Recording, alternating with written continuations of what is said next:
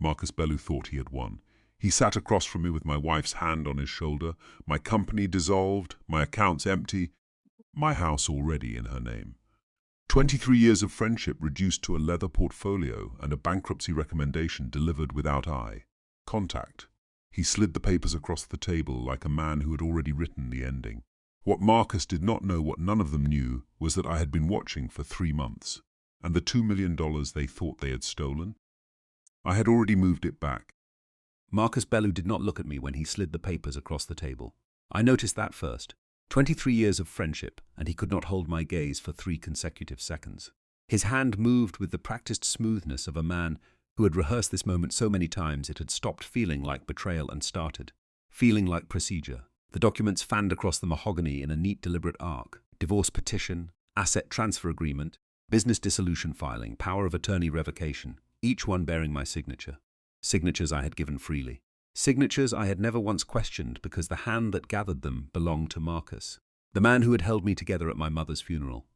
The man I had called at 2 in the morning when my first business collapsed and I had nothing left but a prepaid phone and the specific kind of desperation that has no bottom. He still would not look at me. Outside the window of his 32nd floor conference room, Chicago moved the way it always does in November. Grey, indifferent, continuous. Rain traced thin, crooked lines down the glass. Somewhere on the street below, 1,000 ordinary people were living ordinary lives. I had spent 42 years making sure I looked exactly like one of them. That was always my greatest advantage. John. His voice was careful, professionally measured. The particular register he reserved for clients he had already decided were not worth full attention. Everything here is legally sound. 3 independent attorneys have reviewed the documentation. There is no ambiguity anywhere in these instruments. I said nothing. That was when the door opened behind him. She did not knock. Vanessa never knocked in rooms she believed she already owned. She walked in wearing the cream coat I had bought her in Milan 4 years ago, heels precise against the hardwood floor, and placed her hand on Marcus's shoulder the way you touch something that has always been yours. Casual, territorial, performed without a single gram of shame. She looked at me. Her eyes did something I had never seen them do in 11 years of marriage. They relaxed. The particular relaxation of a person who has been maintaining a performance for a very long time and has finally reached the moment where the performance is no longer required. John, she said, please don't make this harder than it needs to be. I looked at her hand resting on his shoulder. I looked at the documents spread across the table. I picked up the divorce petition and turned to the first page. You're not going to say anything? Vanessa asked. I'm reading, I said. Marcus cleared his throat. The asset transfer is straightforward. The joint business account, the Meridian operating capital, the investment portfolio. All of it transfers pursuant to the dissolution agreement you signed in August. The residential property on Lakeview has been retitled. Vanessa holds sole ownership effective the 1st of last month. He paused. The LLC was formally wound down 6 weeks ago. Any residual liabilities fall to you personally under the guarantee clause in the original partnership agreement. Another pause, smaller this time. I drafted that clause myself. I turned to the second page. John. Vanessa's voice shifted register. Something underneath it tightened. She had expected a different version of me by now. The version she had carefully constructed over 11 years. The quiet, grateful man who deferred to her judgment on everything significant because she had spent a decade making him believe he was not equipped to handle. The accounts are empty. The company is gone. The house is mine. I think you need to understand what your actual situation is right now. I set the papers down. I folded my hands on the table. I looked at Marcus, really looked at him, and watched something move behind his eyes. Not guilt, not grief. The faint, quickly suppressed flicker of a man who wonders for just one moment whether he has missed something. Then the professional mask returned, smooth and complete. What does my situation look like exactly? I asked quietly. He opened his leather portfolio. Liquid assets, 0. The personal savings account has been legally transferred. The Meridian operating account is dissolved. The investment portfolio was exercised as collateral against the business credit line last month. Net personal liability stands at $412,000. He looked up for the first time with something approaching directness. I'd recommend filing personal bankruptcy within 60 days. Vanessa nodded slowly beside him. I looked at the number he had written on the summary sheet. $412,000. I almost smiled. But to understand how I got here, you need to go back 18 months. It started the way most catastrophic things start. Quietly. With a single detail that should not have bothered me but did. A Tuesday in April. I came home early from a cancelled meeting and found Vanessa on the back porch, phone pressed to her ear, speaking in the low, careful voice she used when she did not want to be overheard. I stood inside the sliding glass door and watched her through the glass. She was laughing, not the easy domestic laugh of our shared life, but something older, something that lived in her before I ever existed, something she had kept in a separate room I did not have a key to. She turned and saw me through the glass. The laugh stopped. She held up one finger and finished the call with 3 words I could not hear. Then she came inside wearing the smile I now understood was the one she assembled deliberately, the way you put on a coat before stepping into weather. "Who was that?" I asked, she said. "Her college roommate." The answer arrived too fast and too complete, the way answers do when they have been prepared in advance. "Tell her I said hello," I said. "I will," she said. I went upstairs. I stood in our bedroom for 4 minutes, then I went back to work. That night I did something I had never done in 11 years of marriage. I went to my home office, closed the door, and began to pay attention. I want to be precise about who I am. It matters for everything that follows. I grew up in Englewood. My father drove a city bus for 31 years. My mother cleaned offices downtown 3 nights a week while raising 4 children in a 2-bedroom apartment. I did not attend an elite university. I went to a state school on a partial scholarship and worked 22 hours a week in a parking garage to cover the rest. I graduated with a finance degree, $14,000 in debt, and the particular hunger that comes not from ambition but from necessity, the kind that does not announce itself because it cannot afford to. I met Marcus in that garage. He was a DePaul law student. He tipped better than anyone else who parked there, and one night, waiting in the rain, he asked what I was studying. We talked for 40 minutes. He missed dinner. We became friends the way young men with nothing become friends, completely and without caution. He was brilliant. I was methodical. He saw angles. I saw structures. For 12 years we built things together, small things first, then larger. Meridian Consulting was the public face of what we constructed. It paid salaries. It generated comfortable revenue. It gave us both legitimate reasons to occupy rooms we had no inherited right to enter. But Meridian was never what I actually was. Nobody knew that. Not Marcus, not Vanessa. Not the bankruptcy attorney Marcus was now recommending with such professional sympathy. Nobody knew about Caldera. Caldera Group was incorporated in Delaware in 2019 through a series of nested holding structures that would take a competent forensic accountant 4 months to fully unravel. The beneficial owner was a blind trust administered by a private fiduciary firm in Zurich. The trust beneficiary was an arrangement I had made through separate counsel, a precise private attorney named Elaine Cho who had never met Marcus, never heard of Meridian, and billed exclusively through a post office box in Wilmington. Caldera's portfolio held controlling positions in 3 mid-market logistics companies, a minority stake in a regional Tennessee bank, a commercial real estate syndicate managing approximately $800 million in assets, and a private equity fund in its 3rd year with committed capital of $1.4 billion. The $2 million Marcus and Vanessa believed they had taken represented less than 0.1% of what I actually controlled. I had let them take it, not from carelessness, because I needed them to believe completely that they had won before I moved. 3 months before Marcus arranged these papers across his mahogany table, I had been sitting in my office when Elaine called. "The monitoring service flagged something," she said without greeting. "Your personal attorney has made 3 separate inquiries to the Illinois Secretary of State regarding corporate dissolution procedures. He also pulled your personal credit profile twice using his firm's permissioned access." I set down my coffee. What kind of inquiries? Specific ones. He was researching the timeline for dissolving an LLC where one member holds a personal guarantee against business debt. He wanted to know how quickly assets could transfer to a non-guaranteeing spouse before the guarantee triggered. I was quiet. "How confident are you?" "The inquiry records are public. I pulled them myself." I thanked her and ended the call. Then I sat still for 6 minutes, which is the correct amount of time to allow an emotion to exist before deciding what to do with it. Grief gets 6 minutes, anger gets 6 minutes, betrayal gets 6 minutes. After 6 minutes, I picked up a different phone, a Washington, D.C. number that very few people possess, a contact within the Financial Crimes Enforcement Network whose director I had quietly supported 3 years earlier. "I need to report a potential wire fraud and breach of fiduciary duty," I said. "I can provide comprehensive documentation." "How comprehensive?" the voice asked. "Completely," I said. Back in the conference room, Marcus was outlining my bankruptcy timeline. I watched his mouth move. I watched Vanessa study her fingernails with the patience of someone waiting for a transaction to complete. I thought about my father navigating his bus through Englewood before dawn in February. I thought about my mother's hands. I thought about that parking garage and the rain and a conversation about the future spoken between 2 young men who both believed they were going to the same place. I thought about Elaine Cho, who at this precise moment was in a conference room 12 blocks away transmitting a complete documentation package to 3 separate federal agencies before 5 o'clock. I thought about the account holding the $2 million they believed they had taken, which I had quietly replenished 48 hours after.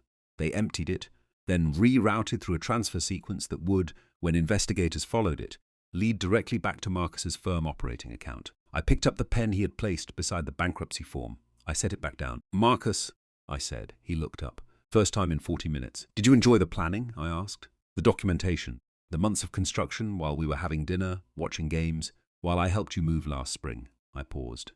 "Did any part of you enjoy it?" Something shifted behind his eyes, deeper than the earlier flicker. Something that resembled the early architecture of fear. "John, when you filed the Meridian dissolution," I said quietly, "did you pull the complete corporate record?" "Everything." His brow moved slightly. "I drafted the founding documents myself." "All of them," I said. The room went very still. His assistant appeared in the doorway. Her face carried the particular expression of someone delivering information they do not fully understand, but sense is load-bearing. "Mr. Bellew," she said, "there are 2 federal agents in the lobby. They say they have a warrant." Vanessa's hand slid from his shoulder. Marcus did not move, and in the silence that followed, in the space between his paralysis and the sound of the elevator arriving on the 32nd floor, I watched 23 years of friendship reveal exactly what it had always been underneath.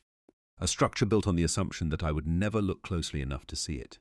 The first agent through the door was a woman.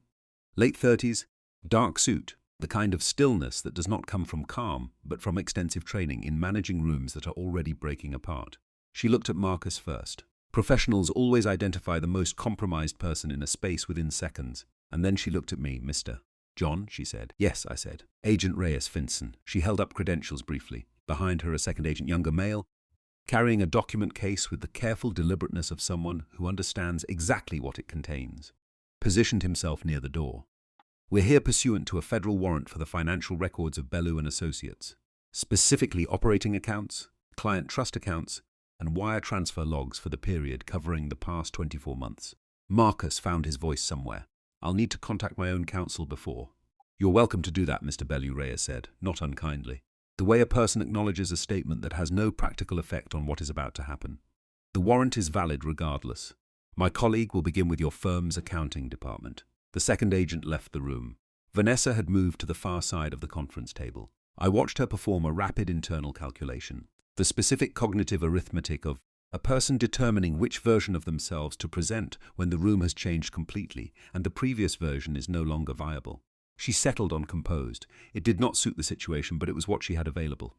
"John," she said. Her voice was different now. The territorial confidence was completely gone. What remained was something careful and watchful, and underneath both of those things, something that might have been the earliest stage of genuine fear. "Whatever you think you've done here." "I haven't done anything," I said. "That's rather the point." Reyes looked between us with the professional neutrality of someone who has walked into the middle of several hundred such conversations and understands that the most useful thing she can do is let them finish. Marcus sat down. He sat down the way structures collapse. Not all at once, but in sequence, each support giving way in order until the whole thing finds the floor. He sat, and he put both hands flat on the mahogany table, and he looked at them as if they belonged to someone he was only now meeting. "The wire transfers," he said, quietly. "To no one specifically. The way they're structured, they lead back to your operating account," I said. 3 transfers. 6 weeks. The Meridian dissolution proceeds pass through your firm before redistribution. I paused. Elaine designed the documentation trail herself. She is very good at what she does. He looked up at me. "John." His voice had shed every professional quality it possessed. What was left was just a man's voice.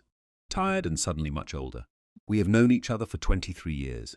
"I know," I said. "Whatever I did, whatever happened between me and Vanessa, I need you to understand that Whitmore approached me. I did not go looking for this. He came to me with a proposition, and he stopped, looked at his hands again. I was foolish enough to believe I could manage it." The name landed in the room like a stone into still water. Vanessa's composure fractured visibly. A single clean crack across the surface of it. Reyes had not moved. But I noticed her attention sharpen in the way attention sharpens when an unexpected piece of information enters a conversation that has been studied in advance. "Gerald Whitmore," I said. Marcus looked at me with something approaching desperation. "You know about him?" "I know everything," I said. "I have known for 11 weeks. Gerald Whitmore was 61 years old, and he was the senior managing partner of Whitmore Crane Capital, a private wealth management firm headquartered in the Gold Coast, with offices in New York, Miami, and Geneva. He had been profiled in the Wall Street Journal as one of the most quietly influential private wealth managers in the Midwest.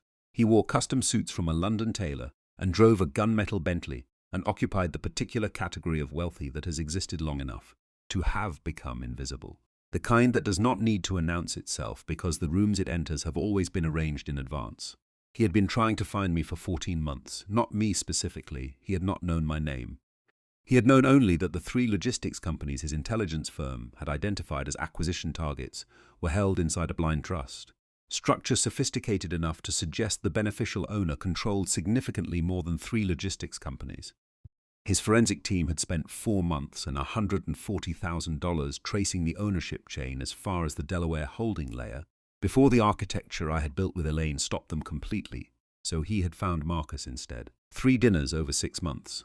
A friendship constructed with the patience of a man who understood that the most reliable access points are the ones that do not look like access points. By the time Whitmore made his actual proposition, Marcus believed he had found a genuine ally in a social circle he had always wanted to inhabit. He believed the invitations and the introductions and the casual mentions of deals he might want to know about were evidence of arrival, recognition, the confirmation that he had become the kind of man who belonged in those rooms. What he had done was walk through a door built specifically for him. Whitmore's proposition was straightforward. He needed someone with legitimate legal proximity to the beneficial owner of those logistics companies. He offered $250,000 structured as a consulting arrangement plus a percentage of acquisition value if the deal closed. Marcus had agreed. Then Marcus had hit the same wall as the intelligence firm. He had legal access to Meridian's records. Nothing in those records connected to Caldera. Because I had built them to be completely separate and Elaine had built them to remain that way, regardless of who came looking. So Marcus offered Whitmore something different. He could not deliver the beneficial owner, but he could deliver effective control of Meridian's assets, and he had decided somewhere in those 6 months of expensive dinners and manufactured belonging, he could deliver something more personal. A man financially destroyed, legally exposed, emotionally hollowed out. The kind of man who might accept 40 cents on the dollar for underlying assets just to make the bleeding stop. He had brought Vanessa into it 8 months ago.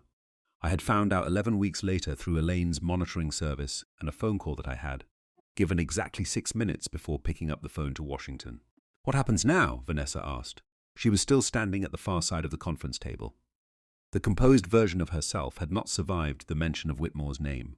What remained was simply a woman in a cream coat in a room that had reorganized itself completely around her. "Now," I said, "the federal investigation proceeds. Marcus has personal liability exposure under the fiduciary breach clause in Meridian's original partnership agreement, Section 14, subsection C, which I wrote myself in 2011 and which is not covered by the firm's malpractice insurance." I looked at her steadily. "Your asset transfers, the house retitling, the account liquidation, were executed through instruments Marcus prepared knowing their fraudulent nature. Your retained family law attorney will explain what knowing participation in fraudulent conveyance means for your personal exposure." She said nothing. "I have retained Patricia Osei," I said. "If you know that name, you understand what the next several months will look like." Vanessa knew the name. I watched her know it. Reyes had positioned herself near the window with the practiced unobtrusiveness of someone collecting information without appearing to collect information. Marcus looked at me across the table. 23 years compressed into whatever this moment was. "John, is there anything, any conversation, that changes the direction of this?" I thought about the parking garage, the rain, 40 minutes and a missed dinner and the beginning of something I had believed was permanent. "No," I said. I stood. I buttoned my jacket. I picked up the documents he had spread across the table with such smooth, deliberate confidence 2 hours ago, and I squared them into a neat stack and placed them at the center of the mahogany between us. "The bankruptcy filing was a creative suggestion," I said. "I won't be needing it." I looked at him one final time. Then I walked to the door, nodded once to Agent Reyes, and stepped into the corridor. The elevator arrived immediately. I rode it down 32 floors in silence. The lobby was marble and steel and Monday afternoon light coming through the tall glass entrance. A security guard held the door. I walked out onto the wet Chicago sidewalk and stood for a moment in the cold air with the city moving around me in every direction. Indifferent. Continuous, magnificent. My phone showed one message from Elaine. 3 words, package delivered, all three agencies, simultaneously. As of 4:57 this afternoon, the full documentation was in federal hands, and the investigation had formally expanded beyond Marcus to include every party whose name appeared in 64 pages of forensic financial evidence, including Gerald Whitmore. I put the phone in my pocket. I walked to the midnight blue sedan with the dented bumper that Vanessa had twice suggested I replace because it embarrassed her at the firm events. She made me attend. I got in. I sat with my hands on the wheel and looked through the windshield at the wet street and the reflected lights of the city and the ordinary beautiful relentlessness of a Tuesday in November in a place I had grown up in and never left because I never needed to leave, to become what I became. My father had driven these streets before dawn for 31 years. My mother's hands had cleaned these buildings 3 nights a week. I had built $2.3 billion inside a structure so quiet and so complete that the man who tried to steal from me had never once found the right door. I started the car. Whatever came next, the federal proceedings, the civil litigation, the family law battle, the unwinding of every instrument Marcus had constructed with such professional satisfaction, whatever came next would come at a time and in a manner of my choosing. That was the only thing that had ever mattered, not the money, the choosing.